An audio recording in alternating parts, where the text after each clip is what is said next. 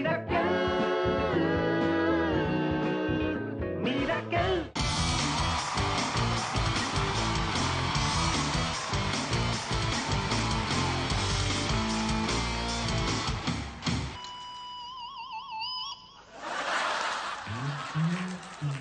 কি হয়েছে তোমার, কি হয়েছে? শুভঙ্কর সঙ্গে কোন কথা বলবো? ওরে বাবা, ব্রেকের সময় শুভঙ্কর দিল কানমলা, ব্রেকের সময় শুভঙ্কর দিল কানমলা। ফের যদি তোমার মুখে তুমি বলেছো কলা। সিঙ্গাপুরি কলা থেকে কলা বাদ চলে গেল, যা পড়ে থাকলো কি? শুধুই সিঙ্গাপুর। ওকে, আমরা সিঙ্গাপুরে রয়েছি, দেখুন বাহ, কি সুন্দর দৃশ্য। আচ্ছা, গাড়িগুলো এতক্ষণের এপিসোডে যা যা হলো সেটা দেখে থমকে গেছে থমকে দাঁড়িয়ে রাস্তায়, গেছে। আর নড়ছে না। আবার লোকের মনে অবিশ্বাস যে আমি সত্যি সিঙ্গাপুরে আছি কি না। প্রমাণ না হয় শুভঙ্কর একটু বড়ে দিয়ে দিও। আপাতত সিঙ্গাপুরের সত্যিকারের একজন কলা আর্টিস্টের মন থেকে একটা জোক। স্বপন তপনকে বলছে, কিরে তপন, ইলেকট্রিকের তার নিয়ে কোথায় যাচ্ছিস? তপন বলছে, ব্যাংকে। বলছে, কেন, ব্যাংকে কি কারেন্ট নেই? বলছে, না, ব্যাংকে কারেন্ট অ্যাকাউন্ট খুলবো। তুমি কলায় ফেরো, তুমি কলায় ফেরো, তুমি ওকে।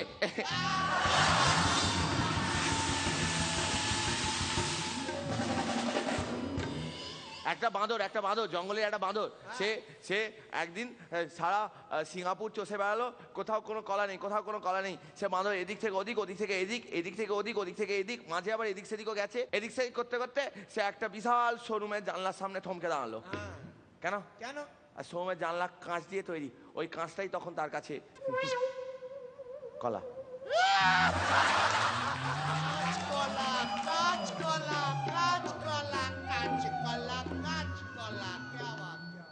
ভালো হয়েছে? ভীষণ ভালো হয়েছে। ভীষণ ভালো বলবেন না, শোনা এক শব্দে বলবেন, অপূর্ব অপূর্ব অপূর্ব অপূর্ব অপূর্ব অপূর্ব অপূর্ব।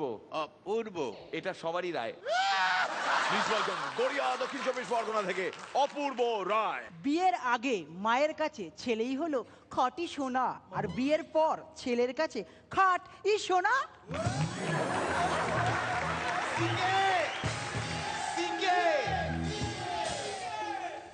নমস্কার, আমি খাট। ও বৌদি, উপরে বেডশিট কম্বল বালিশ যা পারো বিছিয়ে নিও। দাদা, জীবন শুরু হয় আমাকে দিয়ে, আর জীবন শেষও হয় আমাকে দিয়ে।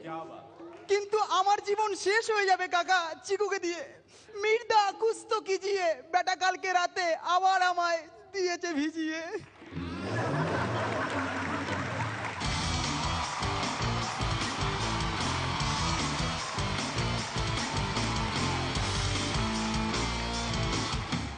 নমস্কার, hi, hello, how are you? I am fine, Ganesh Pain, age 29। Zia Mirza, you know, Garia থেকে হাওড়া আমি টোটাল কেওড়া। বস, আগে গুন্ডা ছিলাম, ঘুষি মেরে অনেকের দাঁত ঝরিয়ে দিয়েছি, পরে এটাকেই নিজের প্রফেশন করে নিলাম, আর আজ আমি দাঁতের ডাক্তার। চমৎকার, এক্সেলেন্ট। তবে কিছু কিছু লোকের উপর আমার ভীষণ রাগ হয়, যারা বলে মেরে দাঁত ফেলে দেবো। এই কেন রে, ফেলতে হয় অন্য কিছু ফেল, দাঁতটা আমি ফেলবো।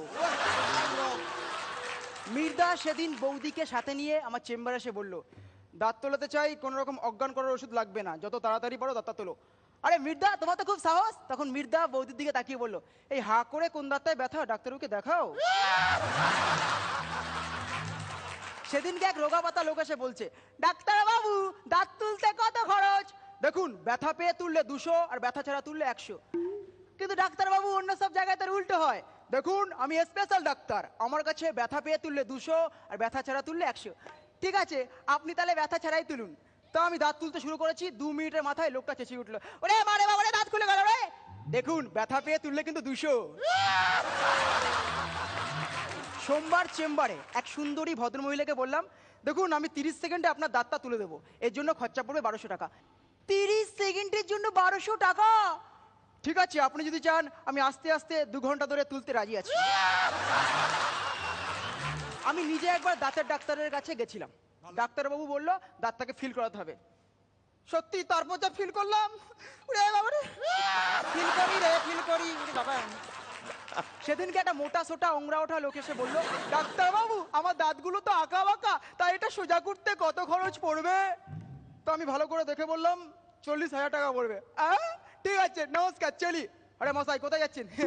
ভাবছি কোনো প্লাস্টিক সার্জনের কাছে গিয়ে এর চেয়ে কম টাকায় মুখটাকেই আঁকা বাঁকা করে নেবো। গতকাল এক বৌদির দাঁত তুলছি, হঠাৎ করে বৌদিটা বলে উঠলো, ডাক্তার বাবু আপনি এত সুন্দরভাবে দাঁত তুলছেন যেন মনে হচ্ছে ধর্মতলা থেকে ফুল তুলছেন টুকুস। কি বলছেন বৌদি, সবে তো 6খানা তুলেছি, ফুল তুলতে এখনো 26টা বাকি। তবে এক ভদ্রলোকের ভুল দাঁত তোলার জন্য ভদ্রলোক আমায় ঢিসুম ঢিসুম করে 2 খান ঘুষি মারলো।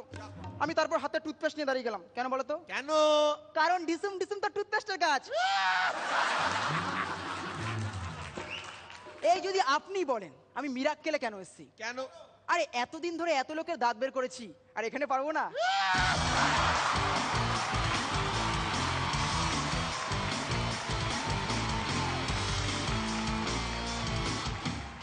রনিদা, তুমি আগেই নিজের একটা ব্র্যান্ডিং করে দিয়েছো, তুমি কেওড়া, এবং সেটা তোমার প্রেজেন্টেশনের মধ্যে বেশ পাওয়া যায়, দম ছিল। আরেকটা এপিসোড হাতে রয়েছে, পরের বার আরো নতুন কিছু চাই, আর একটু বেটার কিছু চাই। হ্যাঁ, অল দ্য বেস্ট। আর দাঁত কামড়ে পড়ে থাকবে।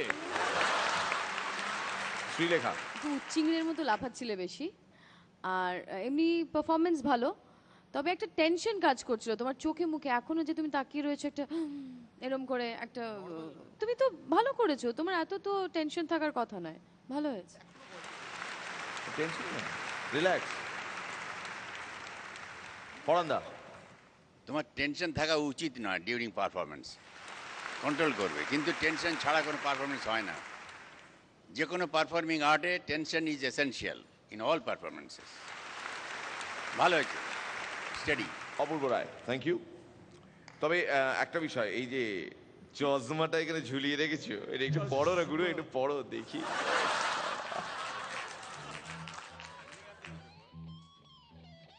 ওস্তাদ ওস্তাদ ওস্তাদ। কি হলো দেখি? আরে বাবা, দারুণ। কোথায় ছিলে ওস্তাদ, তুমি কোথায় ছিলে? দারুণ। অনেকদিন আগে মিরাক্কেল আক্কেল চ্যালেঞ্জার 2-এ আমরা রাজীব ব্যানার্জিকে দেখে যেরকম রিয়্যাক্ট করতাম, ওকে দেখে অনেকটা সেরকম করছি। হ্যাঁ, রাজীবের একটা বিরাট বড় ইনফ্লুয়েন্স আর প্রভাব ওর ওপর রয়েছে, এটা আমরা জানি। All the best Apurba Roy, thank you.